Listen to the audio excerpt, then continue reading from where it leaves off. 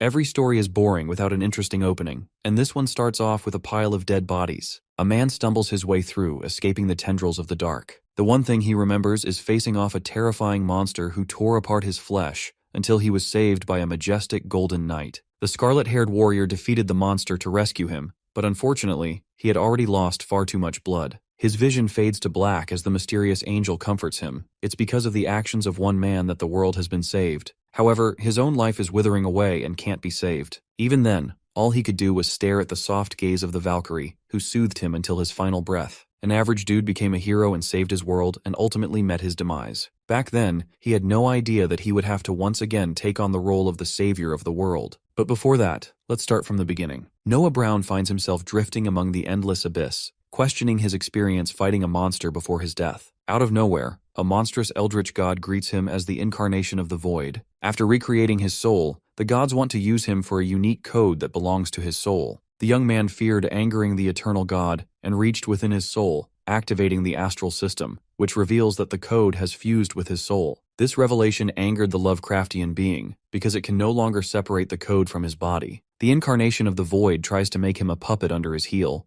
but Noah refuses the god's offer, knowing that nothing can come out of it as an advantage for him. He doesn't get a lawyer or any proof that the godly creature is telling the truth. The system offers to make a pact with the god, but Noah hesitates, because he feels like the entity is hiding a secret. Sensing his refusal, the dark entity swallows his soul, declaring that there is no other way out of his situation. The malicious entity of the void decides to collect the seal from his dead body after his death, but Noah stands resolute and rejects the god. The eldritch entity tempts him by awarding him the status of a god amongst mortals, but Noah doesn't back down, refusing to accept the monster's words. Breaking free, he decides to form a pact with the astral god, promising that he will not conspire against them. Our smart protagonist understands that the all-powerful being cannot kill him because it would have done so already. The incarnation of the void accepts his terms and officializes a pact with him, allowing the use of a unique power. Noah's body is tossed into the realm of Arendir, where a group of mad cultists are chanting at their gods to summon a being from beyond. And guess what? He's the one they've summoned, thinking that it's a creature of the void as they offer him a blood sacrifice for their demands.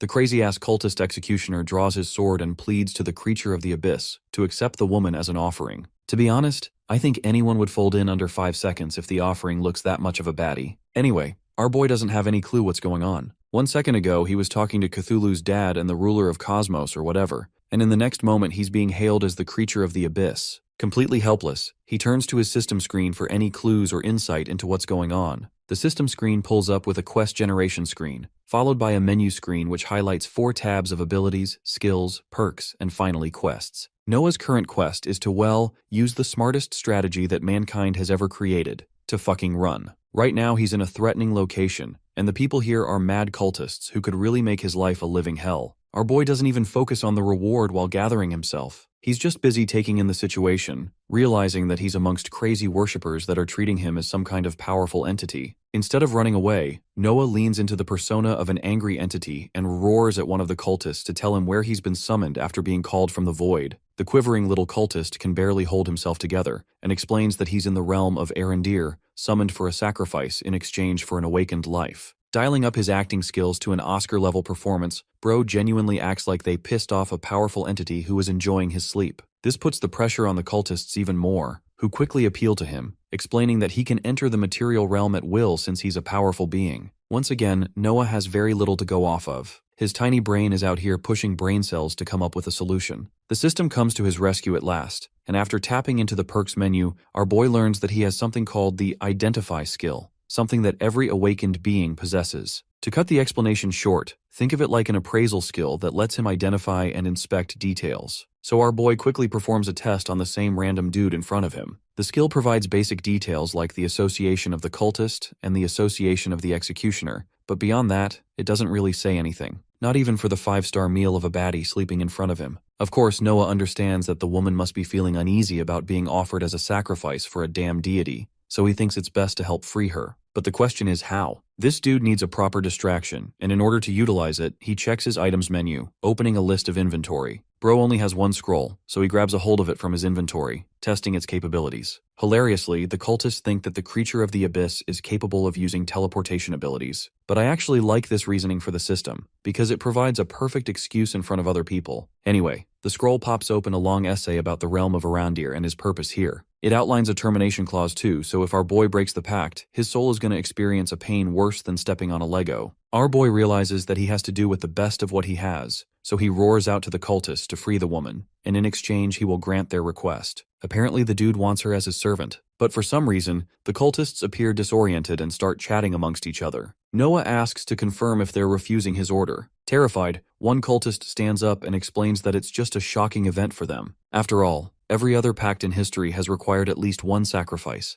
Every pact except this one. Noah raises his hand to cease the chatter of the crowd. Then he goes up to the lady and whispers the truth to only her, explaining how he has no idea how he got here. His only instructions for her is to act like he's got her under his command. Man, I love the way this dude knows how to gaslight the crowd. To execute his brilliant acting, Noah roars at the woman to rise up as his servant. Things were going exactly as planned until the chief and leader of the cult arrived, questioning what the hell was happening. This is terrible news for our boy, who curses out in horror. One of the cultists informs his leader about the summoning of the great being, and how he enslaved a woman that was offered as a sacrifice. Hilariously, the chief screams at the top of his lungs, correcting his idiot followers that what they summoned is just a human. The chief demands an immediate capture over his head, but our boy is quick on the draw and lunges at the executioner, tackling him down. Unfortunately, he failed his first system quest to run away, so his second quest is to kill the assholes and fight his way out. I don't know about you guys, but a main character failing their first mission is a fresh sight to see. Anyway, Noah's got the executioner down, dropping the key afar. Next up, this man mercilessly rockets a few punches in the baldhead's damn face. After a few dozen punches, the guy is left a shattered mess with his body trembling all around. Noah continues the beatdown when suddenly, he spots the golden key and quickly reaches out to grab it. After catching the key, he prepares to throw it against the captured woman so she can free herself. Our boy does manage to throw the key, but he quickly realizes that the executioner also acquired his sword. The fight has quickly become a standoff between a swordsman and Conor McGregor. Both of them lunge forth, with the executioner roaring at the top of his lungs. Suddenly, to our boy's shock, a bunch of shadowy tendrils quickly tangle around his body, restraining him from moving. This is bad news, because the executioner quickly uses this as a chance to drill the blade inside Noah's chest, slicing his health all the way down to a critical value. Terror sets in as the executioner quickly pulls his blade out of his body, leaving our boy coughing blood in agony. The executioner prepares his sword to finish him off, and right as his sword is about to impale Noah a second time, a powerful flame spell intervenes, saving Noah's life and grilling the bald head alive until he becomes a medium-rare steak. The realization sets in, it's the sexy muscle mommy from before, and she looks pissed. The rest of the cultists quickly try to attack her, but honestly she incinerates them with just a wave of fire, which genuinely makes me wonder how she got captured in the first place. The Flame Warden packs heat even when she is surrounded by dozens of cultists. To take them all out in one clean move, she spirals her immense flames around them all, grilling them alive. Seeing his little lackeys get utterly demolished by the Flame Warden, the cult leader steps in to deal with her. As for our boy, Noah's struggling to crawl his way to the sword, while a cultist quickly dashes towards him to finish him off. Unfortunately, his health reaches a life-threatening 8%. However, Noah isn't a pussy. This man is gonna die on his knees fighting it out. So he channels his inner Jon Snow and takes the blade, impaling his attacker. While this is happening, the astral spirit gleefully watches from his shadow. The cultist's body flops to the ground, confirming our boy's first blood. The system quickly pops up a bunch of notification screens for him. He's 1/10 of his way to reach a source of infinite potential. Not just that, he's cleared his first quest to kill someone and obtained experience points as a reward for it.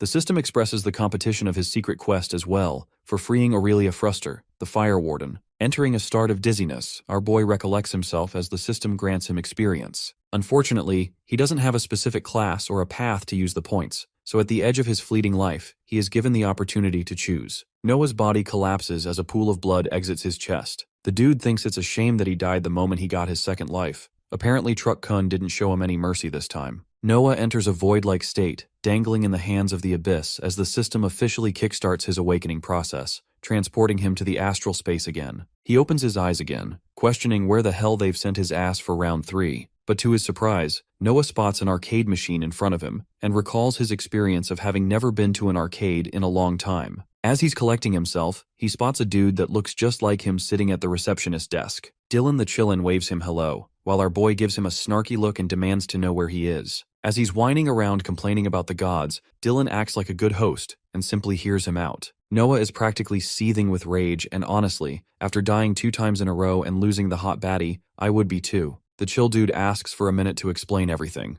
First off, he introduces himself in a polite manner, explaining that he's just a figment of Noah's subconscious, so much so that he doesn't even have a last name of his own. It bothers our boy to hear that, but he listens to Dylan's words closely and learns that he's from the endless void. In fact, he is the literal representation of the void that emerged when Noah formed a pact with the astral god. Hearing this, our boy enters a contemplative state and starts walking towards one of the arcade machines. He fiddles around with his arcade stick, and questions if this place is supposed to represent his arcade script. The machine quickly turns on, revealing the system screen imploring him to select up to 3 paths. Before we explore more of the arcade script, let's actually understand what an arcade script is. Dylan explains that the script is part of one's soul. Think of it like the physical form of magic. Now, the arcade that is present here is actually determined by Noah's subconscious. The arcade is called an astral space, a place of familiarity for Noah. The details of the arcade are so accurate that it reminds our boy of his childhood days. As he's fidgeting around with the pad, Noah wants to know of his purpose being brought here in the first place. Glasses Guy expresses that he's not a caretaker or a teacher to help someone awaken, but this specific circumstance is unique. So first off, he instructs Noah to tap on the first button. Our boy does exactly that, popping open an astral fighter prompt and the assigning of his character. The prompt quickly changes to a set of paths. Each path encompasses a class like warrior, martial artist, thug, mage, and more. The goal is to pick any 3 paths, and each path is governed by a total of 4 attributes to weigh them against each other: power, constitution, agility, and finally mystic. These attributes rank the scope of the ability, and over time, each path allows the attributes to grow and become even stronger. The paths that are of the highest caliber allow for amazing immediate growth, but their drawback is that they have very little room to grow in the future. Noah decides to test the idea by selecting a warrior. If he picks this class, he'll have a natural aptitude for fighting and gain a free point for every level. Just like the warrior class, our boy quickly tests out the rest of the paths and realizes that they're pretty similar to the warrior path. Of course, Dylan emphasizes that he can always check out more paths on the rest of the machines, an idea that Noah actually agrees with because he genuinely doesn't like these crappy options. Bro is out here playing character select at this point. Anyway, Dylan guides him to another machine, encompassing the healer class instead of damage. Our boy quickly checks it out and learns that there are only 4 paths under this category. The options are tempting, especially since Noah isn't in the mood to fuck around and die again. Surprisingly, Dylan reveals to him that our boy is actually already dead. It's just his body has entered a state of extremely slowed time,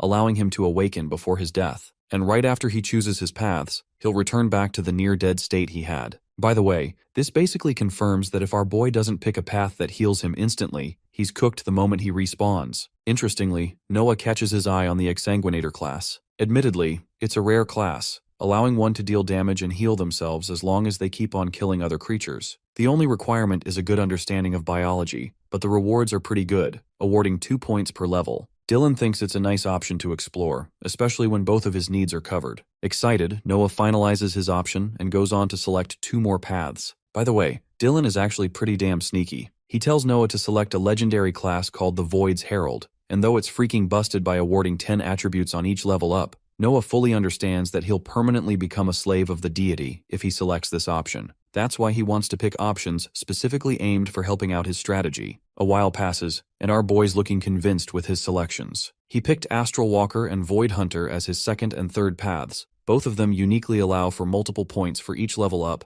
and a very low cost. Finally, all 3 paths are finalized, and Noah is prompted with a selection confirmation screen. At last, our boy confirms his selection, but the moment he does, terror starts looming all over him. The tendrils of the dark invade his consciousness. I want you guys to imagine the safest space you can think of, and then think about an eldritch being invading that space and pulling you in. That's basically what's happening to Noah right now, as he succumbs to the darkness. Remember Dylan the Chillin'? That guy's looking at him with a sinister smile, revealing that there is one last detail he forgot to tell him. The first awakening process is excruciatingly painful. By the end, our boy curses the shit out of Dylan for leaving out something like that, as his body gets divulged into the darkness. The system quickly follows through with 3 notifications, implying all 3 of his paths being awakened. With each path unlocked, he gains 1 new ability under them. There's Blood Drain, Blink, and the Obliterate ability, and his overall rank has also increased to F. His stats jump considerably, standing at a 4 for power, 2 for agility, 3 for constitution, and finally 6 to mystic. A total of 14 attribute points are for him to spend as per his liking for leveling up. In the very next scene, our boy opens his eyes, He's back his bleeding body, barely having the energy to get up. Accessing the blood drain ability of the exsanguinator path, Noah quickly drains the blood on the floor and quickly starts replenishing some of his health. His health goes up to 11% as he flips over, relishing the sight of his survival. Let's go back to the scene of the cult chief facing off against the Flame Warden. Things aren't looking great for the girl because she's getting bitch-slapped by the old man. The cult leader stares her down like he's a tailed beast from Naruto. However, always remind yourself to never lose faith in a muscular baddie. She's still going, even after her flames have been extinguished. At this moment, the system comes up with an immediate quest to kill the cult leader. It's a hard-level mission, but the reward is a rare ability. Hilariously, the system apparently loves messing around and also reminds him not to die as an optional objective. Aurelia prepares to face off against the shadow tendril, which quickly tries to slap her again. But thanks to her shredded bicep, she can apparently easily block it without any problems. Next up, she cooks a blazing fist and starts unleashing her fury against the mad old man. The cult leader is out here laughing at her futile attempts. Both fighters make the clash as fire goes up against the shadows. While they're having the brawl of the century, our boy is out here busy reading an essay from the system and questioning what he's supposed to do. Inspecting his status screen, he gathers that he has 14 points to his name. A strategy comes to mind. Noah can potentially use these points on one singular attribute, or he could spread them out evenly. He decides to go with the second option, allowing for each of his attributes to experience an even buff. Back to the scene of the fight, Aurelia is genuinely getting close to hurting the old man. She returns back down to gain some ground. The Flame Warden then smashes her fists against the floor, causing the debris to burst out. With each punch smashing against the rocks, more and more spurt out, allowing her to manipulate the stones and hurl them all quickly in the old man's face. The cult leader realizes that he's in trouble and quickly forms a binding defense to ensure he doesn't get hurt. Unfortunately for Aurelia, none of her flames directly connect with her opponent. While this is happening, Noah quickly grabs a sword and then reaches for his inventory, placing it inside for later. He quickly checks on the fight and sees Aurelia crashing like a rag doll into the wall. With her completely defeated, the fight is left up to our boy to do Spider-Man's job and defeat Dr. Octopus. Mr. Gaslighter Promax III over here tries to word his way out of the situation. Noah tells the cult leader that he's a messenger of the void and has come to deliver a message. Of course, the cult leader thinks it's a stupid lie, but our boy uses the scroll to his advantage and shows him that he's not kidding around. Victral is genuinely tweaking out, and it appears that Noah's words are starting to get to him. Our boy fools him by saying that he's here to award the cult leader for his devotion to the void, and that's why he's brought him a message. Victral takes a look at the message, and it seems like he's starting to buy the story, until he suddenly gets even more enraged that a human tried to shame the void for his words. The situation goes from 0 to 100 as the tendrils are about to slaughter our boy again. In this instance, he uses his second ability called Blink, allowing an instant teleportation to escape the situation. It appears that Noah can stop time temporarily and readjust his position. Anyway, he knows he's got to fight his way out now, so he equips the sword from his inventory, loads it at full strength, and chucks it with immense speed towards his opponent. By the way, while he's doing all of this, time is still frozen, so it seems like the duration is at least 10 seconds or more. The blade pierces the old man's body, gushing out blood. That was a considerable attack, enough to stagger the old man for a moment. Quickly, Noah instructs Aurelia to do her job and finish him off. The Flame Warden steps up, ready to finish the fight with her own hands as she charges at the cult leader. Aurelia connects the blow with a hit so hard that I can feel it through the screen. Victral's body is sent flying to the nearest wall. Oh, but that's not all. This fierce woman decides to go ballistic on the old man, charging dozens of flame punches over and over against his body. He's probably lost the only remaining brain cells he had. Finally, she finishes it off with an amazing kick, ending the man's life. With the defeat of the cult leader, the system informs our boy of his quest completion, boosting all of his paths and helping him level up. It's done. Noah and Aurelia are the victors, and our boy has unlocked himself another ability. However, the battle has taken a clear toll on him as he flops to the ground in exhaustion. The Flame Warden comes over to his side, charging him with a lot of questions, starting with the fact that he got summoned through a circle. Our boy can't even catch a break, while this baddie is already making plans to kill him if he betrays her later on, because she still thinks he might be a monster. To ease her distrust, Noah expresses that he's a human, but the moment she inquires if he's from this world, he goes silent. Here's the problem. He doesn't know if she'll end up killing him or not for being a foreigner of another planet. Still, Noah tests his luck and reveals the truth, stating that he's not from this realm.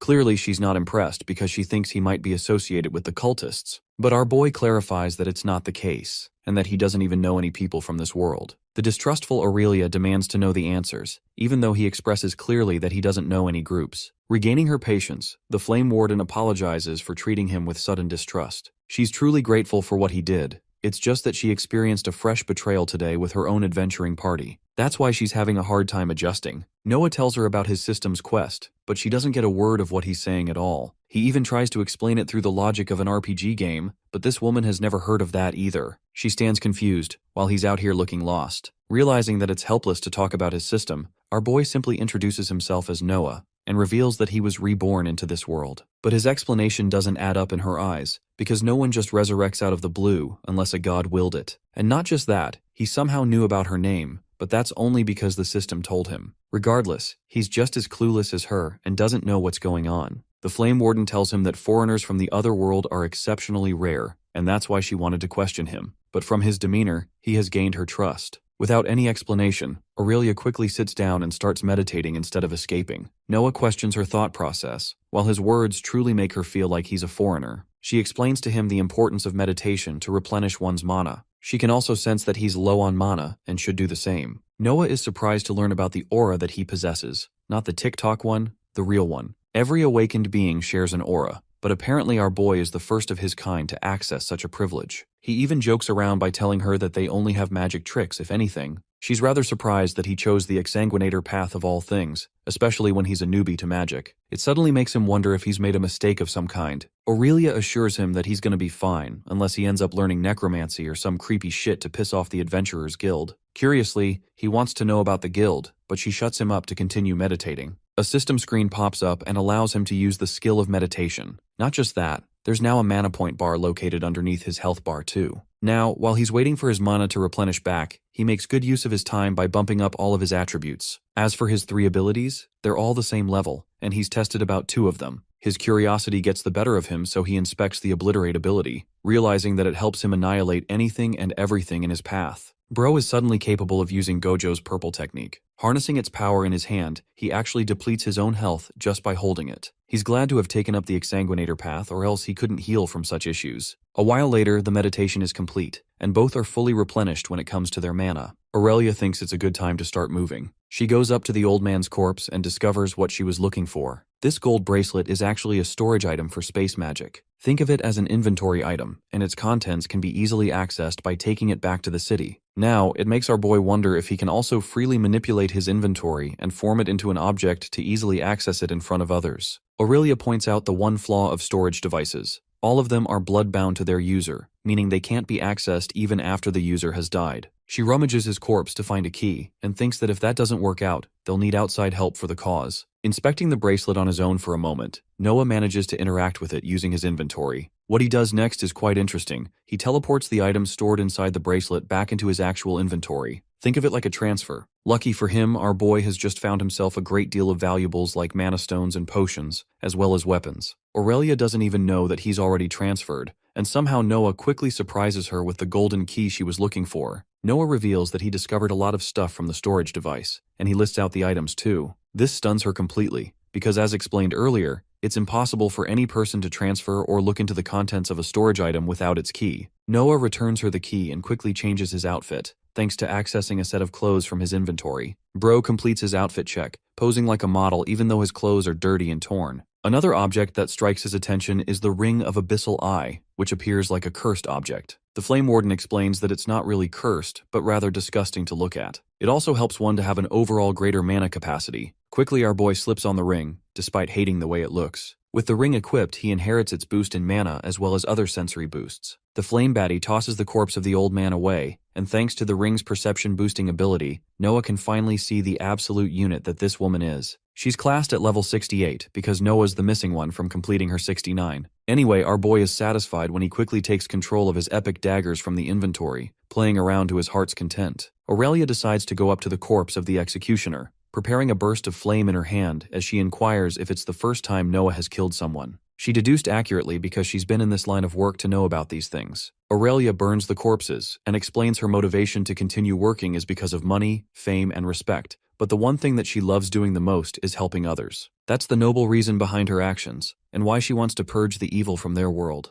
Understanding that killing someone can be a delicate moment for them, Aurelia asks if our boy regrets his decision to do it. Without wasting a breath, Noah sharply answers that he doesn't regret his choices for killing someone to save his own life. She loves his answer, reminding him that these guys are terrible people who would have gone on to raise hell for other people. So in that regard, they did a good job by getting rid of some shady associates of her team. Pulling a book from his inventory, Noah curiously asks her if he'd become a good adventurer. She backs him up, confirming that even without having a high level, he performed well for the tools he had. First, he freed her in a situation where he didn't possess all the information. Then he was patient throughout the process, and finally de-escalated the situation with the best way he could manage. Hearing those words soothes Noah's conscience, and he thinks his stupid job interviews from his previous world finally ended up seeing some use. Anyway, he wants to know about the activation process of the artifacts he obtained. The simple answer is ritual magic. A ritual circle is needed for that. But right as she's about to draw one for him, something happens as he's able to access the book without any medium or circle at all. Once again, Aurelia is left completely stunned because this isn't normal in their world. The Tome of Sight opens its knowledge to Noah, allowing him a chance to earn another ability. The Tome of Sight adjusts to any one of the 3 paths he has access to. Our boy decides to go for the Void Hunter path, unlocking his special eye. Furthermore, the ring amplifies the ability and allows it to jump up to level 3. Think of it as a mind's eye, literally. When Noah reopens his eyes, he experiences a level of perception unlike anything else. Think of Gojo's 6 Eyes ability. It's basically like that, and now he's getting a proper isekai experience of a lifetime. Meanwhile, Aurelia is looking at him confused. She tells him that what he's seeing is called an aura, just like the mystical aura surrounding his own body. Noah celebrates in joy while she fails to understand his Gen Z slang,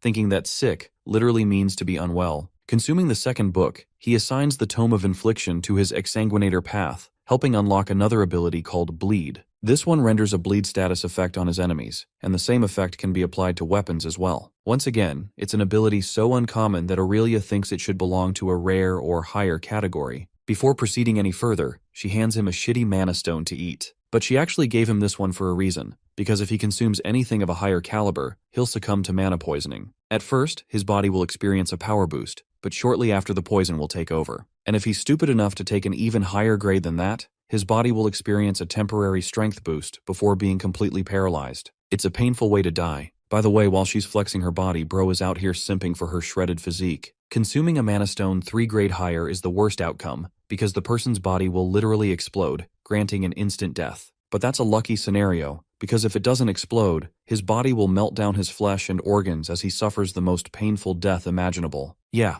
this man better be careful about these stones. The duo starts exiting the hideout, while Aurelia explains that she's looking for a storage chamber to reap any valuables. Also, she's trying to find an object or a clue for a person, the one she was sent here to look for. This makes Noah question if there are other people around, and as it turns out, there's a small underground dungeon nearby where these cultists store their captives. Unfortunately, she was the last surviving person of the bunch. Before proceeding further, she makes sure to warn him about the traps, or even certain monsters that could pop out of nowhere. The duo marches ahead, looking around for any clues. They stumble across a room where Aurelia requests the storage bracelet from him. She grabs it, equips it, and issues a swirl of flame before raising her arm, releasing a beaming golden light that acts as a torch. In front of them is a wall of text with hieroglyphics beyond Noah's understanding. Having seen the cultists commit terrible atrocities, he is convinced that human nature is just as violent in every world. The Flame Warden wisely tells him that people are easily misled when it comes to the promise of power and having the wrong beliefs. When it comes to these terrible people, they knew exactly what they were doing as adults. Aurelia goes around checking the floor, spotting a unique section that seems like a trap.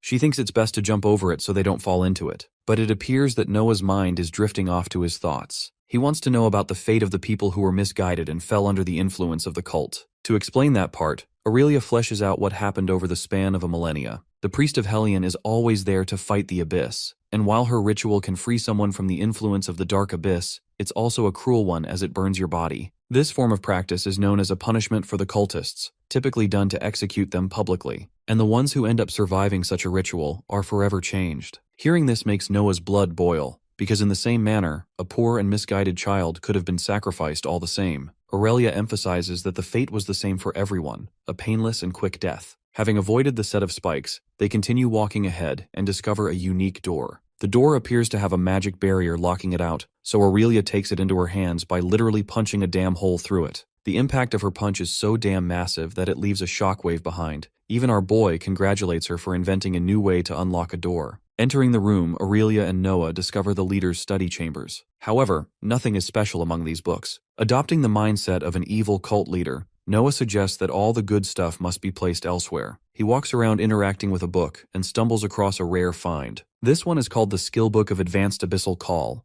allowing one to call the creatures of the void. The system wants him to either accept or decline the skill. but our boy is far too busy searching for the secret loot, rather than focusing his attention on another skill. Aurelia grows concerned when she sees this guy dropping a few books on the ground, based on his knowledge from the movies, expecting to use a book to open some kind of secret door. At last, he's able to discover the secret keyhole. Reaching for his inventory, Noah retrieves the golden key and quickly unlocks the gate. Upon unlocking, the library shifts around and twists open to a secret room. Yep, definitely like the movies. While Aurelia is shocked, our boy says that it's an obvious thing to consider from their world. But this is where things get really horrifying. The room is dark and there's blood everywhere, so the fire warden lights up her firefly ability to help navigate the area. But the entire place is stained with blood, adding to the confusion of our heroes. Noah suddenly receives a hidden quest from the system, but this time, there is no clear objective or a clear reward, just a riddle for him to seek the warnings of the blood. After Noah Brown gets handed the blood behind the walls quest by the system, he tells the fire lady that his job now is to uncover whatever creepy mystery is sealed inside that chamber, pointing straight at it. What bugs him though is how there's zero info on the difficulty and not even a hint of a reward, which feels pretty sus.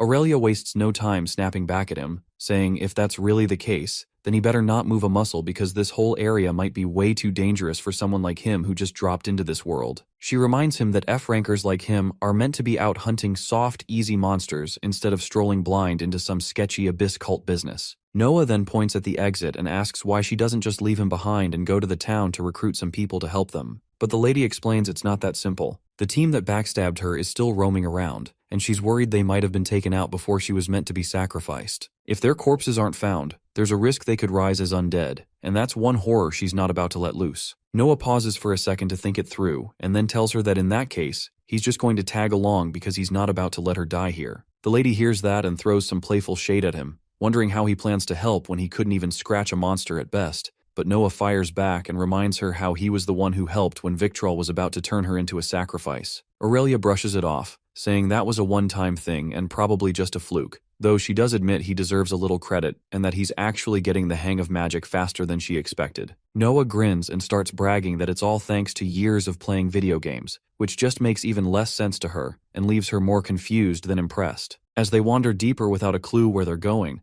they eventually reach a fork with two possible routes, and Aurelia decides to go left. Once inside, Noah starts noticing how the passage feels tight and way too cramped, so Aurelia explains that this kind of setup is part of a defensive design meant to slow intruders down. She even throws a punch at the wall and figures out it's not just tough but also reinforced with mana. After walking a bit further, they end up standing in front of this massive gate. Noah, being his usual sarcastic self, jokes if Aurelia plans on punching her way through it, but to both their surprise, the thing just creaks open with a light touch. Turns out Noah was right all along, and this really is Victrol's secret study. While Noah appears lost, Aurelia flips through one of the books and finds that it holds all of the twisted old man's plans. Apparently, he had been trying to fuse his familiar into some kind of chimera. The first prototype was a total disaster, but what he really wanted was a beast with insane regeneration that could be easily manipulated thanks to its lack of intelligence. As she keeps reading, she discovers that even the second attempt failed. Although the creature had a void affinity that was off the charts, it turned out to be too unstable to control. That's when it clicks. The next step in his plan was to find a stronger base, and she might have been the one he had in mind. Before they can even react to that horror, Noah suddenly gets a system pop-up saying the rewardless quest is now complete and right on cue. A sound echoes in the distance, sending both of them bolting without a second thought. They come across a few humans barely hanging on to life, mumbling something strange about the master. As they try to make sense of it, their eyes land on a group of monsters trapped behind iron bars. The system flashes a label calling them flesh-grafted horrors, and Aurelia immediately realizes in shock that these creatures were made from the prisoners who had been locked up with her. She can't believe what she's seeing. One of the grotesque monsters, seemingly made out of several humans, turns away from them, giving Noah and Aurelia a bit of hope that maybe they won't be noticed. But that false peace doesn't last long because one of the many faces on the thing spots the ring Noah is wearing. It stares at him and starts calling him the ringmaster like it just found its purpose. The creature smashes through the bars and charges straight at Noah, while Aurelia throws out a flame burst to hold it back. Just as Noah bolts down the corridor, trying not to die, the system decides now is the perfect time to hand him a brand new quest. It wants him to escape and promises a shiny reward of epic great ability tome for it.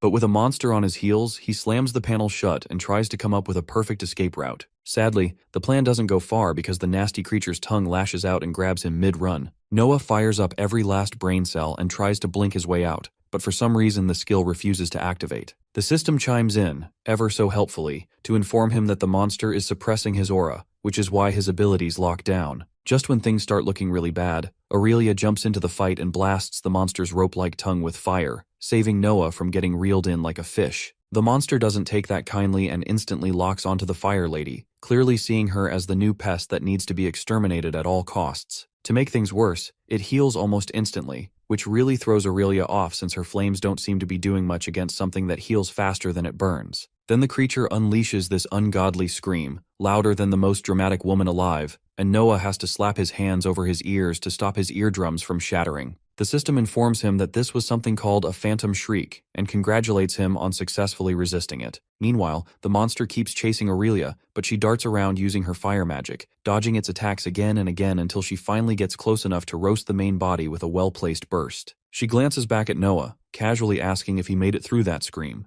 and it turns out our guy's only feeling a weird tickle in his ears. Before they can even catch their breath, the monster heals up again and suddenly starts spinning like some nightmare version of a Beyblade, flinging out attacks that both of them barely manage to dodge. Not wasting a second, the Fire Lady launches herself into the air and dives straight at the monster, basically pulling off a Pegasus sky attack but with flames. The fiery blow scorches the monster down to a crisp once again, and Aurelia quickly pulls back to keep some space between them. The creature wails like it's actually in pain and its many voices sound completely helpless. Aurelia throws out another fire blast, hoping this one might finally finish it off. But of course the beast heals again, and this time it doesn't stop there because now it starts to evolve into something even nastier, growing a massive mouth and even wings for good measure. The scream from this new and improved horror hits Noah hard, and the system throws a terror debuff on him, cutting down all his stats and slowing his mana recovery by 10%. Blood spills from his mouth as he's forced to the ground, and just as he manages to blink, Aurelia gets yanked by the monster's tongue and slammed straight into a wall, knocking her out cold. Now that she's down, the monster turns its attention to Noah and charges at him, but he barely dodges using Blink, which finally reaches level 2. It then heads for the Fire Lady to devour her, but before it can, Noah draws his blade and slashes at the monster, landing a clean hit and triggering a bleed effect, though the creature just resists it like nothing happened. Right when he needs it most, Noah runs out of mana, but somehow still uses his brain and gulps down one of those disgusting mana crystals. It fills his mana right back to full but also hits him with a bit of minor mana poisoning. He keeps slashing at the monster anyway, burning through his energy until he's nearly worn out. He tries using his blood drain skill next, hoping it might turn things around, but the horror beast brushes it off easily and lunges at him with its mouth wide open. Noah blinks over it just in time and goes in with another slash, praying it'll work this time. He drops to just 4% mana and swallows another stone, which instantly gives him triple mana poisoning. Still, he blinks into the sky and launches a Void Hunter skill called Obliterate straight down at the enemy, following it up with a double slash as he drops onto the monster. His skills level up mid-air and he crashes down for what seems like the final blow. Just then, the mana buff wears off and the system hammers him with paralysis, a full-blown migraine, and an almost empty mana bar. This time things take a bad turn, and Noah ends up tangled in the monster's tongue, getting pulled in like he's some juicy patty burger ready to be swallowed. The beast gulps him down, but Noah isn't the type to go down that easily. While inside, he stabs straight through its gut, and finally manages to inflict bleed on the disgusting creature, stacking it with his blood drain skill. That gives him just enough to partially recover his health and shake off the lingering paralysis. He keeps tearing through from the inside, pushing the bleed even further and turning it into bleed too. Eventually, he slices the beast open from within and crawls out alive, completely drenched in blood like he just enjoyed a long and soothing bloodbath. As he steps forward, the system finally hits him with the notification that the monster's been defeated and a bunch of his skills have leveled up. The quest finally wraps up, and since our guy not only made it out alive, but also managed to take down that nasty monster, some hidden objective gets cleared too, rewarding him with a legendary tome instead of the epic one he was originally promised.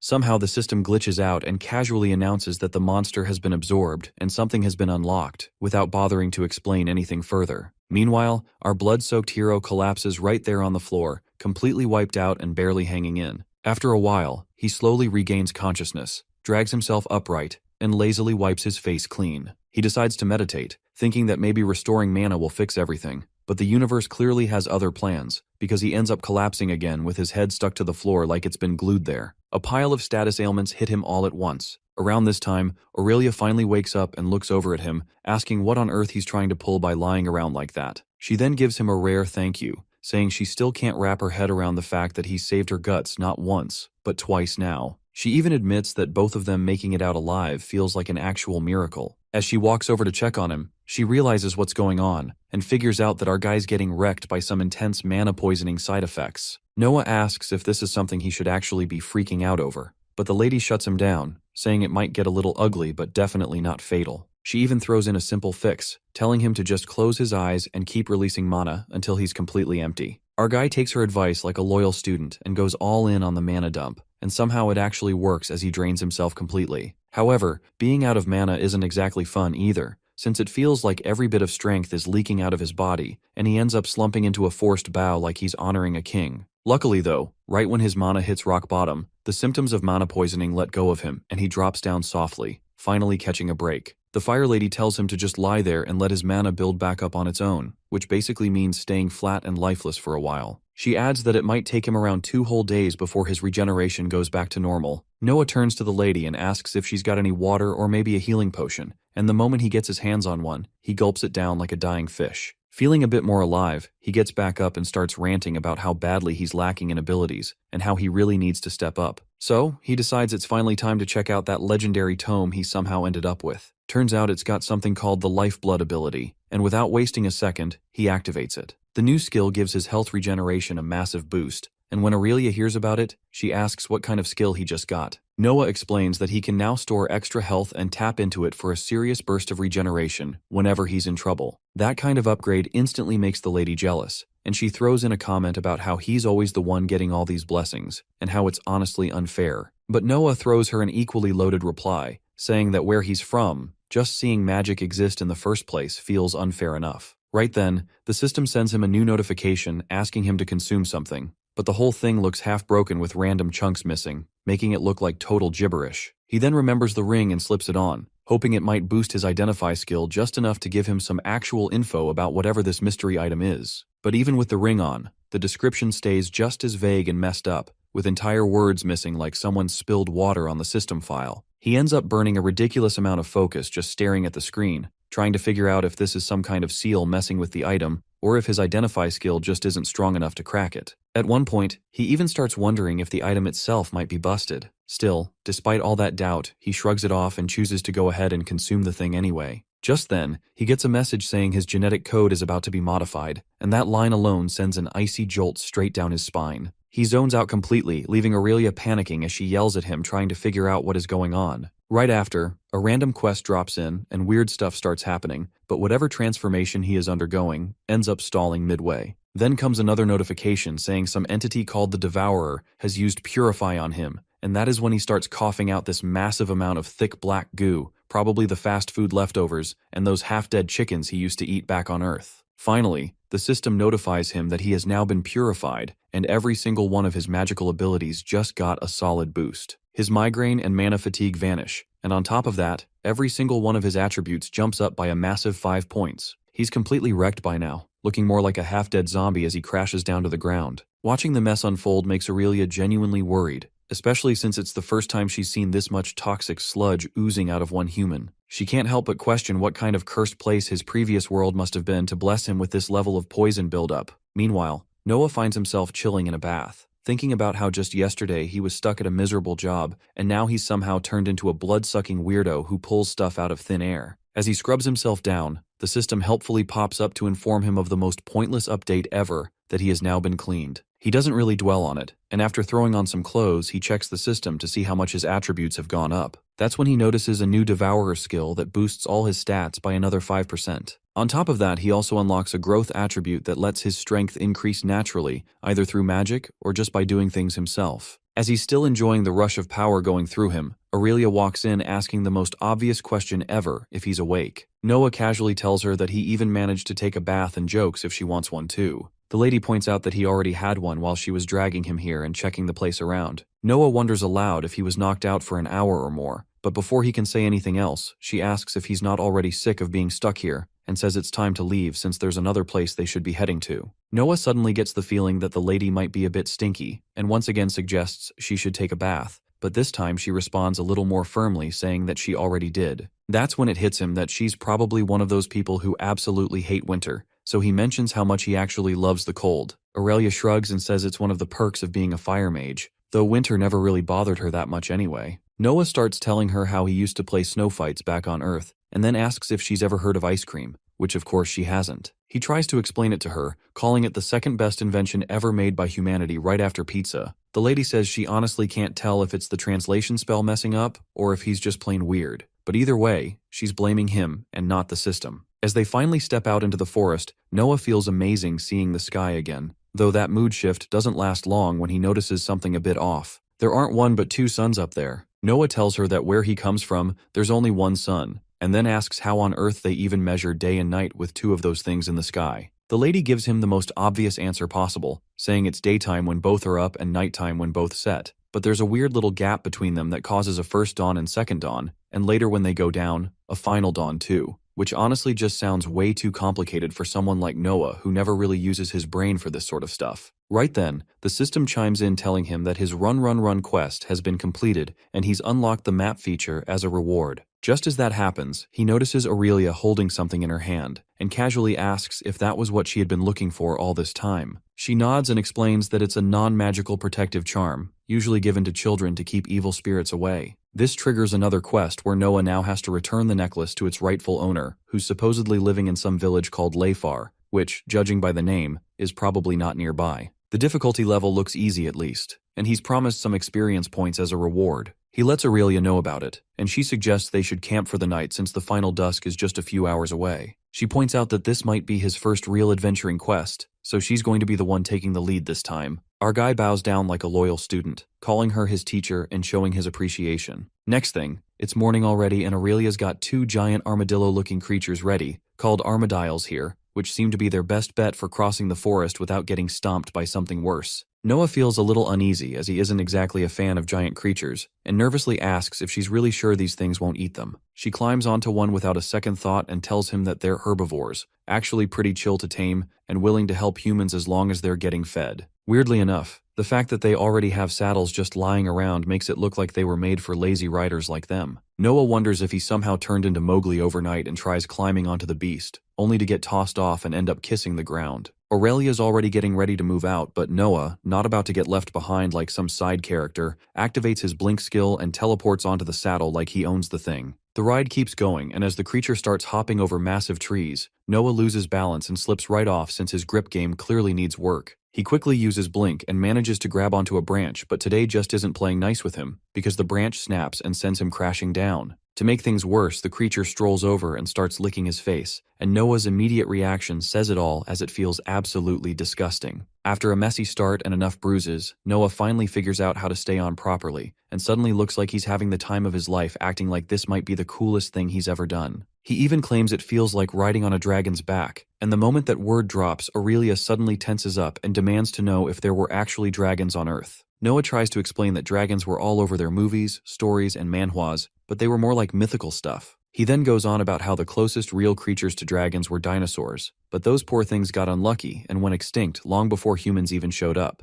Aurelia struggles to keep up with all that, though she does agree that it was probably a blessing those dinos got wiped out because from what she knows, elder dragons are rumored to wipe out entire cities whenever they randomly show up to play a little peekaboo. She adds that even though it's been centuries since the last sighting and most people now believe those dragons were just legends, she's convinced they actually existed. Their chat about dragons and dinos keeps dragging on until they finally reach the end of the forest patch. Noah asks her how many days it's going to take them to reach the village they're heading to, and Aurelia replies that it's actually just about 4 hours away. The two of them finally reach a small village riding on the back of the armadillos, and the villagers welcome them with such excitement that it feels like they just returned from slaying a demon king. Aurelia explains that it's always the smaller villages that act this way, while Noah figures he might actually enjoy staying in a place like this. They stop by a hotel where Noah, being the sentimental type, thanks the armadillo for getting him safely through the forest, while Aurelia pays a worker to feed the creatures with hay mixed with ground-up manacores. Noah gets curious about why she gave the guy such a generous tip,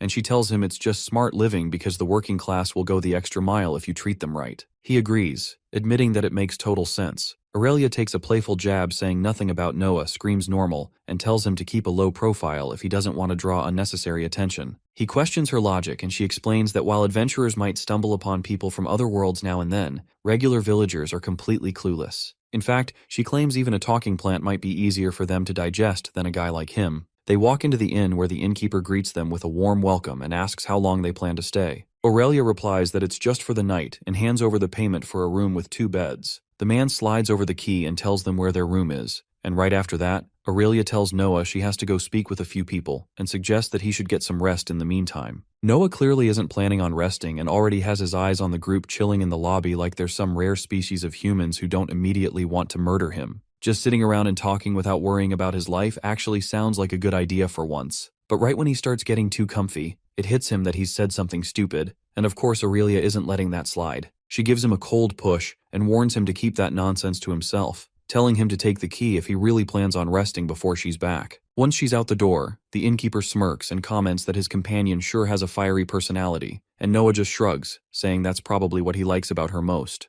The innkeeper then asks if he wants a drink, guessing he must be tired and thirsty after coming through the woods, and adds that only an adventurer or a fool would even try going in there, though either way, a drink's probably needed after that. Noah agrees, and the innkeeper gives the order to a waitress before leading him to a nearby table for a little chat, where he asks his name and mentions that he looks like someone new around here. Noah tells him his name and casually adds that he's new indeed, even raising his mug while admitting that he had an awakening just yesterday. The old man practically loses it and immediately questions what he's doing hanging around with an E-rank girl, clearly convinced that Noah must have fallen for her and warning him that getting attached like that isn't the smartest idea. Noah takes a satisfied breath after sipping the drink and explains that it's not what he's thinking, saying that he got dragged into a dungeon and had to awaken right in the middle of it, barely making it out alive. He mentions how Aurelia's been guiding him since, and that's when the innkeeper catches on that the two of them are adventurers, just like he used to be back in the day. After that, the man introduces himself as Lorien, and when Noah checks his stat screen, he spots the title Stone-Carved Warrior, which naturally makes him ask if Lorien used to be an adventurer too. Lorien confirms it and explains that he ended up losing his magic in a tragic incident,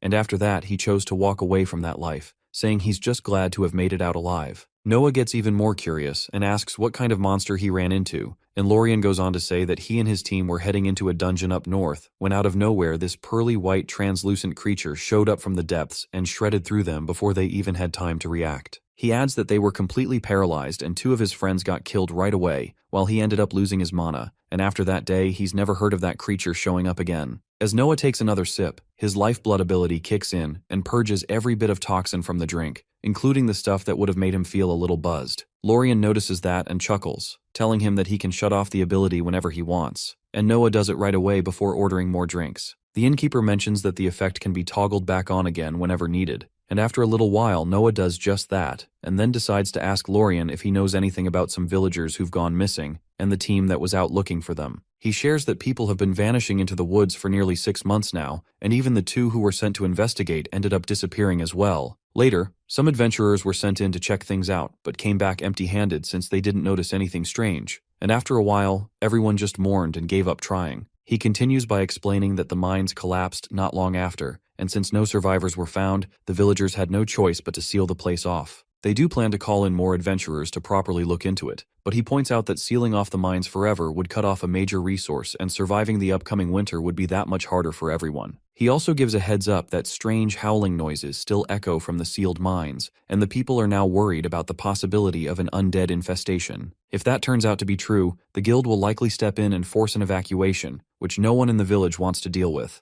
After the conversation, Noah steps out and starts wandering around the village, eventually spotting a bit of a commotion near the mayor's place. Hearing the whispers floating around, he decides to check things out for himself. Inside, the mayor seems to be in a heated argument with an old miner. The miner is more concerned about keeping people fed during the winter while the mayor keeps insisting on prioritizing safety, and the villagers nearby just stand there watching without saying a word. The mayor tries calming everyone down and asks them not to crowd his house, but right then Noah ends up bumping into Aurelia again, and they both question what the other is doing there. Turns out she's here to privately ask the mayor about the traitors from her squad, while Noah casually mentions he's just out on a walk. Noah asks if they should do something to help, and Aurelia agrees, saying they're just as resource-starved as the rest, so they might as well. So with the straightest face he can manage, Noah strolls up through the crowd and cuts right into the shouting match, telling the two old men to stop wasting time arguing since they both clearly care about the village. He suggests they sit down and figure out a plan like adults, leaving the mayor and the miner a bit dazed,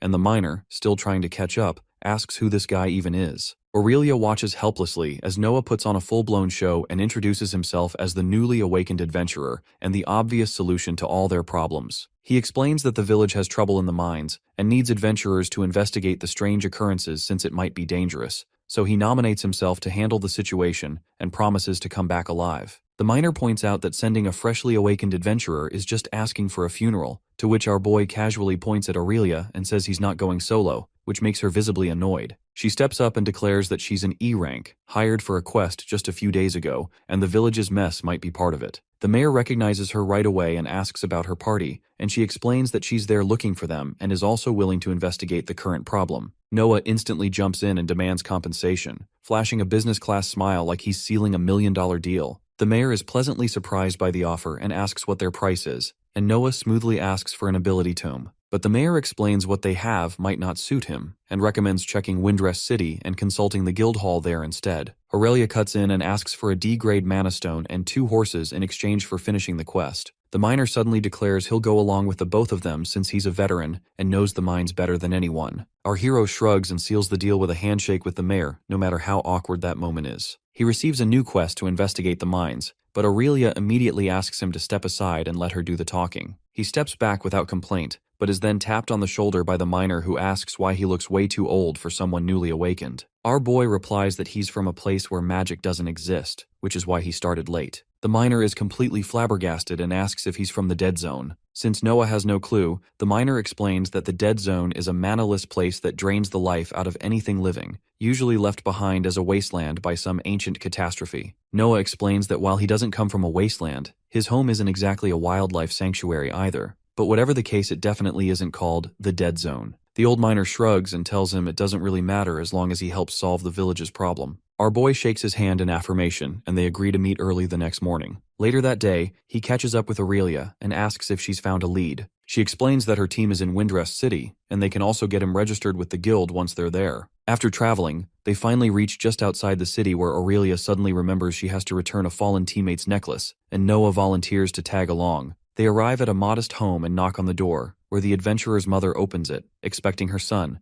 but the moment she sees the necklace and realizes the worst, she quietly asks if they found him, and Aurelia shakes her head in a heavy silence. The woman asks her daughter to let the guests in, and inside, the girl gently consoles her mother, saying they'd already expected this outcome. She thanks them for returning the necklace, saying it'll help them move on, but sighs that she has nothing to offer in return. Noah calmly explains that they're still continuing the village quest, and Aurelia apologizes that they couldn't do more. He gives her a light pat on the back, and the old woman asks to be left alone. Just as they turn to go, she suddenly stops them and asks what really happened to her son. Aurelia explains that the abyssal cultists had captured many villagers, including her son, and were using them for blood sacrifices. She says that even she and Noah barely made it out alive, and she would have died if it weren't for him. After escaping, they searched for survivors but found none. Only the necklace remained. The woman then asks if they at least killed the cultists, and our hero firmly confirms that they got every single one, which brings a bit of relief to her. She begins to recall how her son Pierce had just turned 14 and had always been reckless, often wandering off monster hunting even as a kid. She adds that his father had also been an adventurer, but gave it up after marriage, though that life never really left him, and he also suffered a similar end. Since Pierce had the same drive as his father, she knew he wouldn't have listened, even if she'd begged him to stop. She asks if they're the same way, since they're adventurers too. Noah admits that for most of his life, he's just been trying to survive in hostile situations and outrun his past. But becoming an adventurer appealed to him because the magic powers are crazy addictive, and he really wants to explore this world. The girl looks a bit confused hearing all that, and after Aurelia gives him a not-so-subtle shove as a warning, he explains that this place feels like a completely different world because he came from a faraway land. The girl stands up with a serious look and says she has a request. She hands him the necklace and explains that Pierce would have wanted them to have it. Our hero promises to take good care of it, and after saying their goodbyes, the quest Lost Remembrance completes, rewarding him with a decent chunk of experience points. On the way back, Aurelia reminds him they need proper sleep to get up early tomorrow. Meanwhile, our hero is completely locked in on what's for dinner, which makes her pretty sure he's been an adventurer his whole chaotic life. The dwarf brings them to the dungeon and explains that after something destroyed the core, it's been completely dormant ever since. Our hero is surprised to learn that dungeons can die, and Jerome claims losing the core is pretty much like death for a dungeon, though he says that's foolish since one can gain riches of a king just by farming resources from a dungeon kept under tight control. In fact, many nations have come into existence purely by taming a dungeon. Outside the blocked-off dungeon, our boy wonders if he can cut through the rocks with Obliterate, but in the end, he has no choice but to hide his powers and get through the rocks the old-fashioned way. Surprisingly, Jerome mines like a beast and claims it wasn't any ability, just raw muscle and decades of playing Minecraft. Inside, they find lots of mana stones embedded inside the walls because no one has looted this dungeon for a very long time. But Aurelia tells Noah to stay cautious because there could be countless monsters lying in wait for them, so he gets ready for a fight. The dwarf explains that usually, if there were monsters, they would have already appeared. Moving forward, the team finally arrives at a giant gate to the main section of the mines. What they find inside, though, leaves them completely stunned, and the smell of countless decaying bodies makes our boy nearly spill his guts. Then, the trio hears a harrowing scream echoing from the distance, so they rush toward the source of the voice as fast as possible. There, they find a lone miner prone on the ground with all 4 of his limbs mutilated cleanly, like he was tortured by pure evil. Our hero assures him he should be okay and asks just what kind of a monster did him in. Turning around with corrupted eyes and void tentacles coming out of his head, the miner weakly warns him to run before it's too late. Our boy sweat bullets in horror as tentacles shoot out of the guy while he screams in unimaginable suffering, and the system informs him he is a void-grafted human. Jerome and Aurelia yell at Noah to run as a new quest pops up, telling him to take down Victral's legacy project with the reward of an epic summoning skill tome. The miner is raised into the sky as black tentacles spread out of his body like a cursed Dr. Octopus, but Noah stands his ground, ready to face it head-on. Aurelia tells the dwarf to leave while he still can as the mutant miner fully awakens and attacks the first target in sight. Our boy blinks away and is annoyed as he quickly learns the mutant also has a teleportation ability like him. Out of nowhere, he feels a giant fire spell fly over him and blast the ground where the mutant miner was standing, though he is suddenly nowhere to be seen. Just then, Noah looks up and realizes the ugly bastard is coming from above, so he quickly teleports to safety, but the mutant closes the distance in an instant while he barely holds its wild flurry of attacks back. Luckily, Aurelia gets the void mutant off him with her flames, and as she steals its attention, she notices a giant boulder above her. Using her fire magic to roll the stone off, Muscle Mommy catches it like it weighs nothing and envelops the entire boulder in flames before yeeting the fiery rock straight at the mutant. Realizing he won't get a better chance than this, Noah rushes toward the staggered mutant and plunges both his daggers smack dab in the back of its head, inflicting heavy bleed on him. The mutant guy screams in agony and forcibly throws our boy off his back. He follows it up by thrashing Noah with whip-like tentacles and inflicts corruption poison. Watching the mutant guy ready his final move to finish him off, Aurelia screams at Tentacle Man to distract him quickly. At the same time, our boy realizes his health is going to hit 0 and he needs a potion fast. After downing a poison resistance potion, he rushes right back into the fight. Using Aurelia's flames as cover, he goes in for the kill, but the void mutant suddenly loses his power and blasts off into the wall, and Noah quickly realizes that the miner is transforming into something far worse. Our boy pulls out his dagger fast, clearly planning to end the guy's misery and charges straight at him. Aurelia thinks he's finally lost it and tells him to stop, but he stays locked in as he slices through the chunky tentacles like a budget Sasuke with 2 tiny swords. One of the tentacles doesn't appreciate the drama, smacks him in the face and latches onto his arm right as the mutant hits phase 2 of the boss fight. Out of nowhere, a massive sphere of miasma surrounds him and blasts Noah back like a nuke went off, throwing him around so hard his arm just pops off while his health drops to 20% before he can even process what smacked him. His lifeblood skill shuts off and he wakes up trembling from head to toe since the poison stops getting cleansed. Grabbing the rest of his busted arm, he tries hard not to think about how pathetic he must look right now and quickly stores it away in the inventory, silently hoping he finds some cracked method to stick it back on later. Meanwhile, Aurelia leaps high into the sky and hurls a giant fireball down like it's literal doomsday, while our boy channels his inner Zorro, if Zorro was an amputee. With no hesitation at all, he dives straight at Tentacle Man and bashes him in the face as hard as humanly possible, then follows up by chopping off that nasty tentacle hairstyle he's been rocking like a cursed fashion statement. But he doesn't stop there. Our guy snaps and goes absolutely rabid on him, literally biting down on tentacles like a starving dog. The powerful poison coursing through his mouth levels up both his poison resistance and lifeblood skill. He keeps fighting side by side with Aurelia for a bit longer, until she suddenly tells him to back up before she goes full anime with her ultimate move to completely roast the mutant guy into ashes. After the flames settle down, he notices there isn't a single trace of the guy left behind, which means he's teleported somewhere nearby. So he tells Aurelia to quickly light up the entire room, since the freak can only travel through shadows. Hearing that, Aurelia charges up her spirit bomb and lifts it into the air. Noah catches a glimpse of the mutant trying to slip away, so he pounces on him and pins him down by stabbing his dagger into his shoulder. But that still isn't enough to stop him. The mutant escapes and grabs Jerome as a hostage, looking smug like he just ruined Noah's plan completely. Our hero lets him know he shouldn't get too cocky because he's about to witness a move his smooth brain could never comprehend. He pulls up his inventory and whips out the letter of the Void Lord, instantly making Tentacle Man hiss in irritation as he realizes what's about to go down. With an ominous tone, our boy tells him that if he can really sense the power he's holding, then he should know exactly what he's capable of, and that he better drop the dwarf fast if he wants to see another day. Noah shouts at him to let Jerome go, and it has no effect at first. But the second time he says it, the mutant yeets the dwarf away like a crumpled receipt and lunges at Noah, trying to snatch the letter for himself. That doesn't end well, as our boy swiftly stabs him in the chest, using his momentum right against him. After that, Aurelia tells him to fall back because it's her turn to get serious. She leaps high into the air once again and sends a blazing firebomb raining down on the mutant, causing an ear-splitting explosion.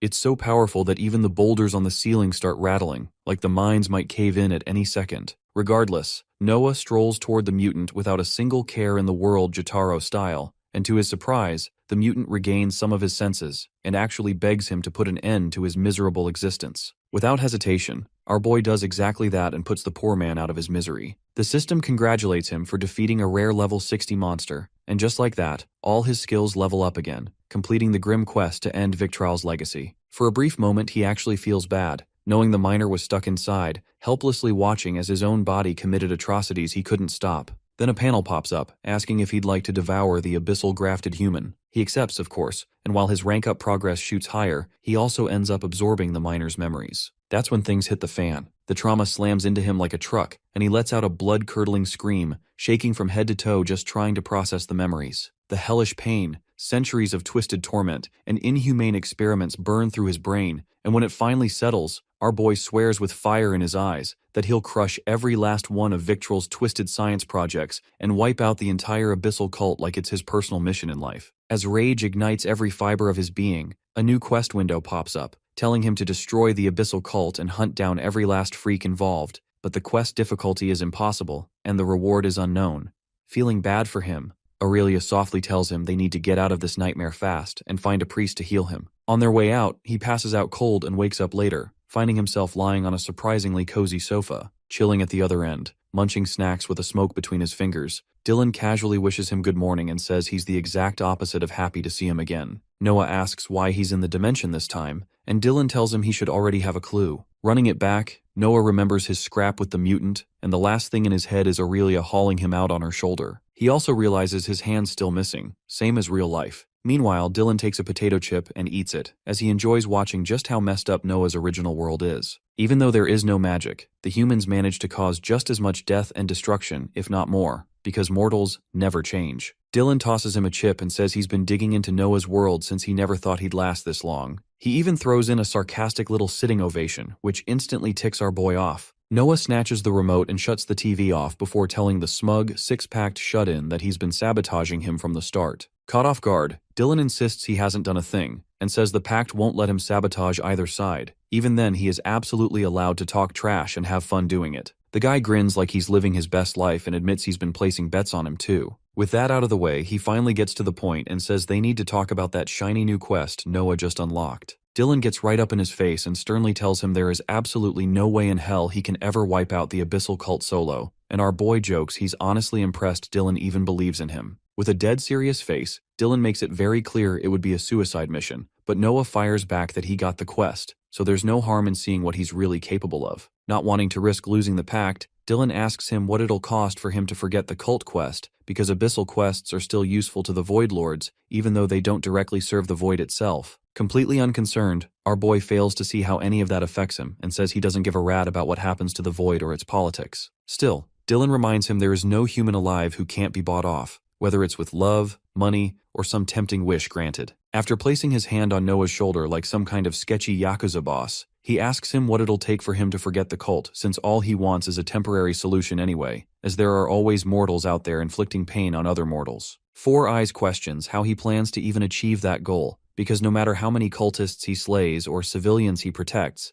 there's only so much one guy can ever do alone. Tired of the non-stop dog water Dylan keeps spewing, our boy slaps his hand away like a bass guitar and demands to know why the guy who's supposedly on his side is trying this hard to scare him out of fulfilling his quest. Knowing full well that the Void has plenty of cults at its disposal, It's beyond Noah why Dylan even cares about these vile sinners, who don't even care about loyalty to the Void Lord, and just abuse the powers for selfish reasons. Dylan says that's nothing surprising, it's just human nature, but Noah refuses to blindly buy into that nonsense. Dylan fires off an Ace Attorney-style objection and calls our boy a fool, but my guy argues right back that it's Dylan flashing peak smooth brain energy, trying to protect the worst scum on the planet from one freshly awakened E-rank dude who's had it up to here. Regardless, Dylan repeats his question and asks what Noah's actual price is, to which he demands a real explanation on why the abyssal cult is so valuable to the Void Lord in the first place. Deciding there's no way around it, Dylan finally says that our hero has already seen the Void's astral realm, where all void magic originates, and that's also where the void beasts exist and thrive. However, there are also small pockets of void distributed throughout the world, known as the Abyss, and grant power to the twisted evil worshippers. When the Abyss corrupts them, it consumes and gives birth to horrifying mutated creatures who draw power straight from the void. The void grants the cultists their power, and in return, they spread the Abyss's influence throughout the physical world like parasites with a mission. Noah is absolutely furious after hearing how little the Void Lord cares about the way his power is being misused, but Dylan stays completely calm and says what mortals do is none of their concern. Our hero then asks why they're so fixated on spreading the Abyss, to which Dylan explains that the void simply consumes, and that's it. There's no such thing as good or evil for the void. That ticks him off so badly, our boy flips the table straight into that massive 4K Samsung TV and yells at the top of his lungs at 4 eyes that he's seen and felt the damage firsthand because of this blind, mindless spread of the void. After letting him rant, Dylan calmly points out that he already had his revenge against some guy who had absolutely zero real connection to anything, so it's a little sad he's still not satisfied. After giving a full explanation on why the Void Lord needs the abyssal cult like he asked,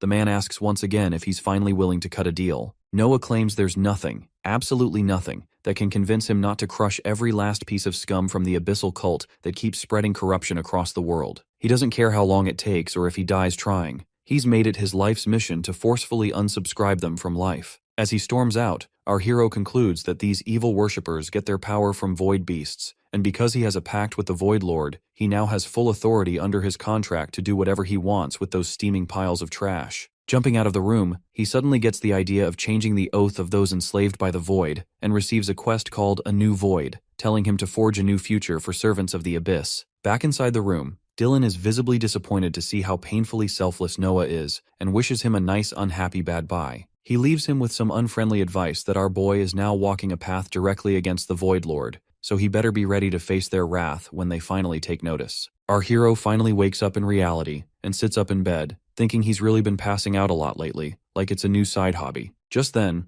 Aurelia walks in and tells him he was comatose for 2 whole days, and the healer thought it'd take him at least a week to get back in shape. But our boy somehow feels surprisingly great aside from, the small detail of missing half an arm. With a big bright smile on her face, Aurelia tells him it's no biggie because healers can grow back whole arms if he can cough up the money. Though, since he has blood skills, there is also a chance he just regenerates it himself after ranking up a bit, which honestly wouldn't be the weirdest thing he's done. Hearing that, Noah feels pretty satisfied, and asks her if there's a library nearby because he wants to discover any other options he's got. She tells him to go break a leg, as long as he's not using anything sketchy. He flashes her a cheeky grin and makes absolutely no promises, because to be honest, nearly all of his powers scream pure evil. Concerned, Aurelia tells him she's been meaning to ask something about his power for a long while now, saying she knows humans from other worlds usually have unique powers, and admits she's genuinely grateful for all the things he's done for her. Still, she just can't hold herself back anymore, and explains that she senses 3 distinct auras from his mana core,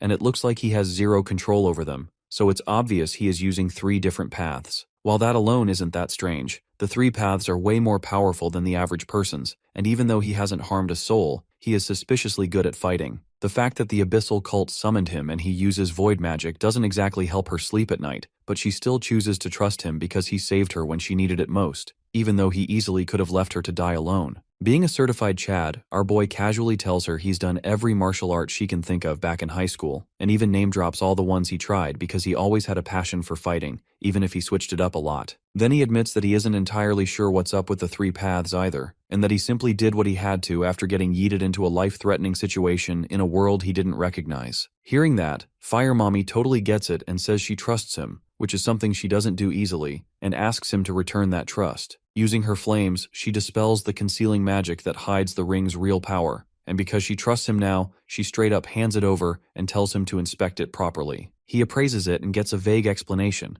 but when she tells him to focus harder, the veil lifts and reveals it's a single-use item made from the tears of a life dragon that gives the user a literal second chance at life if their health drops below 1%. Aurelia then confesses that she's never trusted anyone else enough to hand it over before, and our boy feels pretty happy he passed the trust test without screwing it up. Still, she admits she's concerned about the mysterious letter he whipped out when fighting the Void mutant in the mines, saying it had the most cursed Void energy she's ever sensed in her entire life. She wonders if he's been hiding even more secrets like that from the beginning, but he assures her he's as honest as they come, no cap. Plus, she can always use her womanly intuition to see if he's lying. Jokes aside, Aurelia pulls out a weird amber stone that sort of works like a lie detector and tells him to press it against his chest and flow some of his mana into it. After following through, he honestly says that his memories of his past life are mostly wiped, almost like someone deleted them on purpose. He swears he was reborn inside the Void and made a pact, which is why he can command Void creatures and has the letter, but he makes it clear he has no intention of hurting her or any innocent people,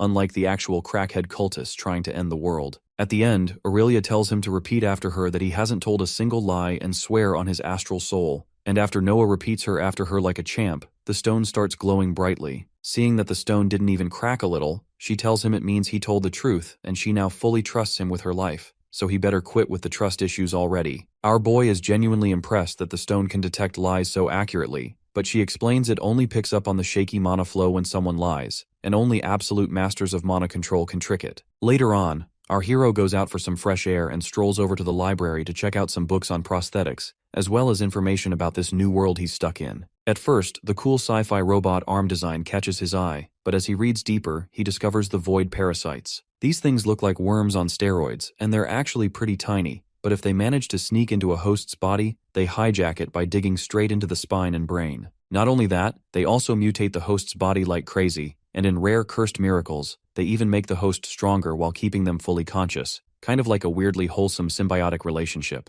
Not wanting to miss out on the chance of getting his own Miggy from Parasite, our boy starts seriously considering getting himself a Void worm, though he isn't sure if it'll work since his hand got cleanly yeeted off. He reads up more and learns that Void creatures can be summoned using a skill called Life Command, and they live off the summoner's life force, which is no problem for Noah because his skills give him life force for days. That's why the cultists always use sacrifices for Void summons to devour, just like they tried to feed Aurelia to him, and the Life Command skill binds the summon to obey the summoner's every word. Opening his inventory, he pulls out the skill tome called Abyssal Call, which lets him summon any familiar from the Void, so he gets ready to put his cursed plan into action. The scene shifts to a dark and quiet room where he's alone with Aurelia. Our boy uses the tome and officially unlocks Abyssal Call. Then, he pulls out a purple Void stone and starts tracing it across the floor for a few intense minutes until the glowing summoning circle is finally complete. With a confident smirk on his face, Noah steps dead center into the middle of the circle and activates Abyssal Call, fully initiating the summoning process like it's just another Tuesday. Meanwhile, somewhere deep in the chaotic Void, a whole swarm of goofy-looking armored worms float around like they're chilling in space. Suddenly, every single worm goes full hunger mode like a Mexican guy spotting tacos the moment they hear the Void summoning them to feast on the sacrifice in exchange for being summoned. All of the wigglers shoot through the Void like cursed torpedoes toward the portal, each surrounded by bigger fish trying to block them. Still, one particular worm is so hungry it squeezes right past the big guys without a second of hesitation, showing zero fear as all those beasts trail hot on its tail. It bolts through the portal without a pause. As it transitions from the Void to the physical realm, Noah's orders repeat in its mind, brainwashing it to avoid devouring everything and swearing full loyalty to its master. The second it emerges on the other side, it hears its master's voice commanding it to head straight for the severed hand. Knowing full well it'll be thrown back into the Void if it dares disobey, the Void worm transforms into a thick black glue that fuses Noah's arm right back into place. He names the little guy Tony and tells the good worm to keep working,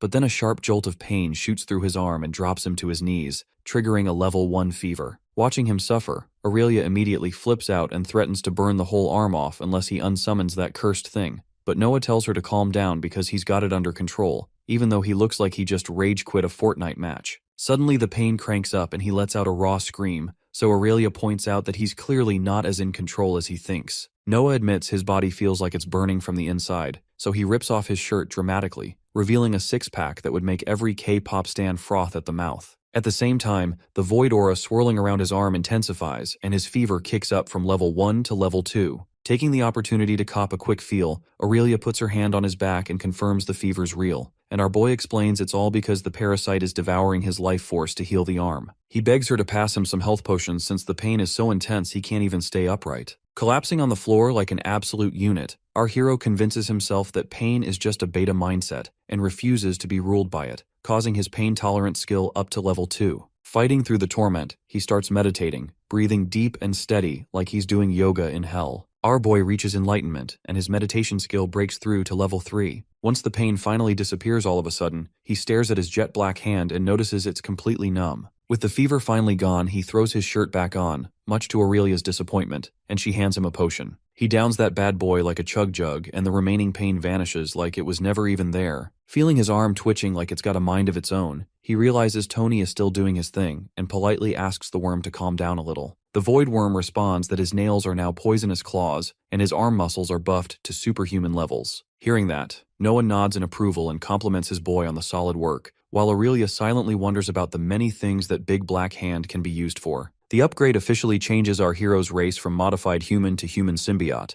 and as he flexes his shiny new arm, the system helpfully informs him that the void worm's presence enhances his primal instincts and gives a buff to all his physical stats. Aurelia is genuinely surprised his completely unhinged plan actually worked, and our boy admits he wasn't all that confident it would pan out either. With a grin that could make even cultists cry, he says every bit of pain was totally worth it. At first, she warns him that his new situation is going to attract even more attention than before, though apparently it's not super rare for adventurers to replace lost limbs with monster parts if they're compatible. As she stares in awe at the claws, Noah proudly brags it's insanely sick, but Aurelia tells him it's more disgusting than sick, because his hand looks eerily human and inhumane at the same time. Right then, an eyeball randomly pops open in the middle of his palm, and Noah realizes he seriously needs to figure out how to control this thing in public before it gets him banned from places. Curious, Aurelia asks if she can touch it and gently runs her finger along the whole cursed thing, which instantly triggers razor-sharp nails to pop out of all his fingers like a weapon out of Assassin's Creed.